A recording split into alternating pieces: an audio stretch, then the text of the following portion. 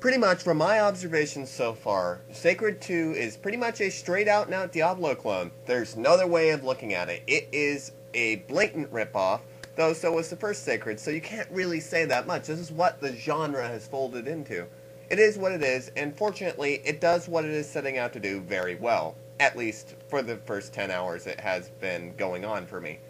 Let me explain. I'm very much a fan of these sort of hack and slash kind of games. I in fact even had the Untold Legends games on the PSP, and I love those. You know, they were kind of crappy and mediocre, but still, they were hack and slash games, and that's my kind of thing. I find them very addicting, and collecting a ton of little armor, trinkets, and such is always such a great deal of fun. So to be perfectly honest, this game is pretty much made for a guy like me in mind. There's a ton of little quests to do, the world is massive, and you can basically spend a ton of time, just wandering around and exploring places. It's an open world game, kind of similar to the Elder Scrolls Oblivion series, but it just has a lot less variety than Elder Scrolls, obviously, and it's a lot more just about hacking and slashing. So if you're looking for an open world game, this would not be my first suggestion. I would first suggest something like Fallout 3 or Oblivion or any number of games like that over this, most definitely. My judgment for this particular game is, did you like Diablo? And do you like Diablo clones? If you said, oh yeah, I love Diablo, you'll probably get a little bit of enjoyment out of this. The graphics are fine. Though certainly not up to par to a lot of other next-gen games that have been coming out recently.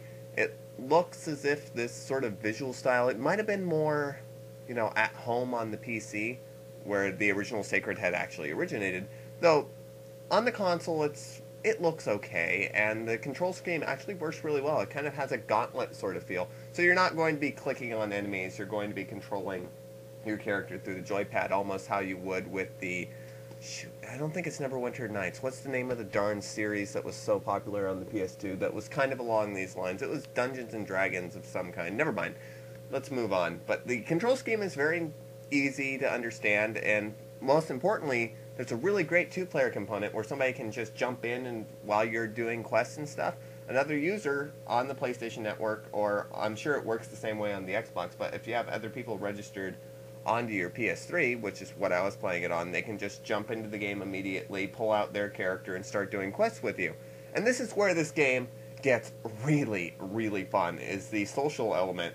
Because, when you're playing a game with your brother, or your dad, or your girlfriend, or whatever, it's always great to have something simple like a hack and slash like this.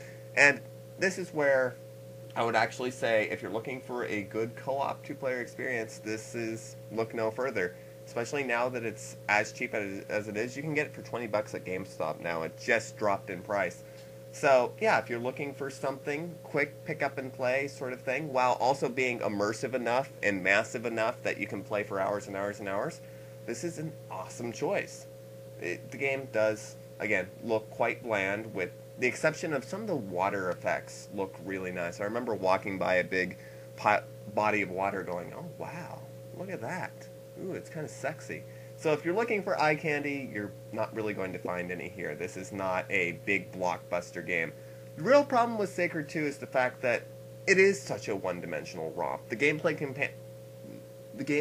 is really just, you're using old mechanics here that have been overdone and overused way, way before this time. That's why you don't see many of these hack and slash games anymore. Until Diablo 3 comes out, I don't think we're going to see a major evolution or anything of this particular genre. This is very much in the same exact camp as the rest of the hack and slash games that have come out. It's a dungeon crawler. If you're a fan of this particular sort of game, like I am, you won't have any issues with this. But, if you haven't already fallen in love with this particular sort of gameplay, I think you're going to find a lot of the flaws are going to come out and haunt you. For example, it's really repetitious. You're going to be killing a lot of enemies that really aren't all that interesting.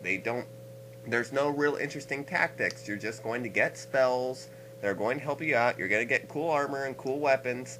And ultimately, you're just going to fight in the same manner you had at the beginning of the game. You're just going to progress slowly but surely. If you're not sure about whether this is the type of game that you like, I would suggest a rental way, way, way before you buy it, because it's not worth plopping down a bunch of money on. If you're like me, definitely check it out. If you're not, well, this is bargain bin gold, really. Certainly not worth the $60. I would even say it's not worth $60. But this is certainly worth parting ways with a 24 if you have the money to spare. A 3 out of 5 if I ever saw one, and at least so far, it's just a lot of fun. It's brainless. It's interesting to be able to explore this world and just, kill the hell out of stuff. Nothing else to say about that. This is MPig, and I am signing out. Peace, love, and Sacred 2, the Fallen Angel. Oh yeah.